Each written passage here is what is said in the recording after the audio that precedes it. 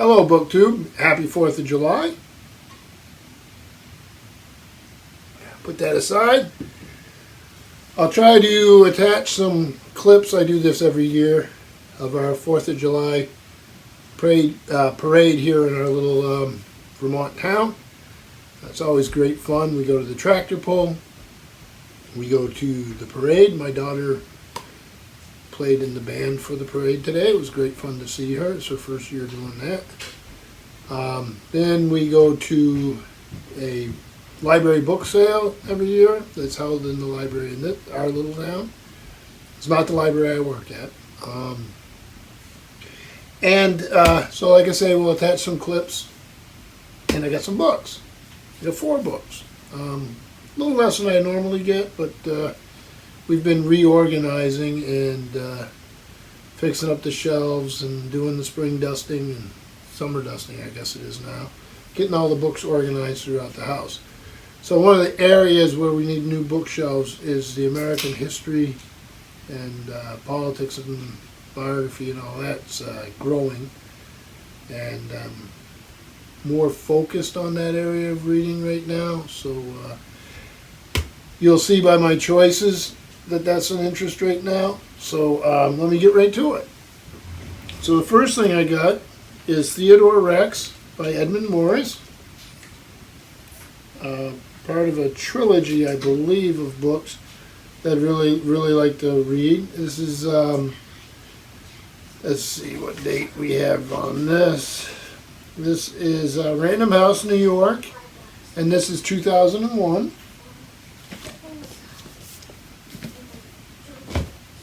The second thing I got was one I've had in the past and given away, but I want for my library. Book I enjoyed and learned quite a bit from, and that's Henry Kissinger's Diplomacy. See if we can do this without too much glare. And that's Simon & Schuster, New York. This is from 1994. Well, let me read a little bit about this. In this controversial and monumental book, arguably his most important, Henry Kissinger illuminates just what diplomacy is. Moving from a sweeping overview of his own interpretation of history to personal accounts of his negotiations with world leaders, Kissinger describes the ways in which the art of diplomacy and the balance of power have created the world we live in, and shows how Americans, protected by the size and isolation of their country, as well as by their own idealism and mistrust of the old world, have sought to conduct a unique kind of foreign policy based on the way they wanted the world to be, as opposed to the way it really is. So this is Kissinger's take on that. He was Secretary of State, so he had a first-hand experience for sure, and he also taught at Harvard. The next thing I got was a little bit of ancient history, and that's Claudius. It's by Barbara Levick, about the Roman Emperor. I think of Claudius, I think of I, Claudius by Robert Graves. This thing came out from Yale University Press in New Haven in London. It came out in 1990. So let's see here. Claudius was proclaimed emperor at Rome after the assassination of Caligula in AD 41, and his 13-year reign included some significant accomplishments. Claudius added Mauritania, Lycia, and Thrace to the Roman Empire and began the systematic conquest of Britain. He extended the rights of Roman citizenship to many provincials and opened the Senate to prominent men from the western provinces, especially Gaul. However, Claudius has not been well served by posterity. Ancient historians denigrated his achievements because they had his successor's interests at heart, while modern historians seem to have overestimated his personal contribution to the development of the Roman Empire. In this distinguished and provocative book, Barbara Levick provides a major reassessment of the man and his reign. And Barbara Levick's a fellow at St. Hilda's College and a lecturer in ancient history at the University of Oxford. So I look forward to reading this. It's a short thing.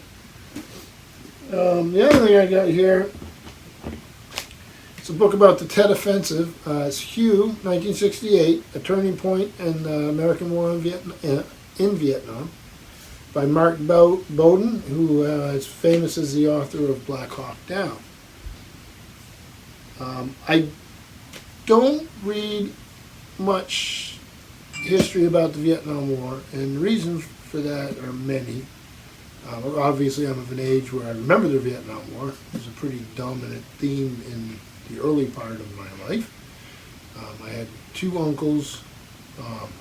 One was in the Marine Corps, one was in the Army, that was served there, and many other relatives who served there.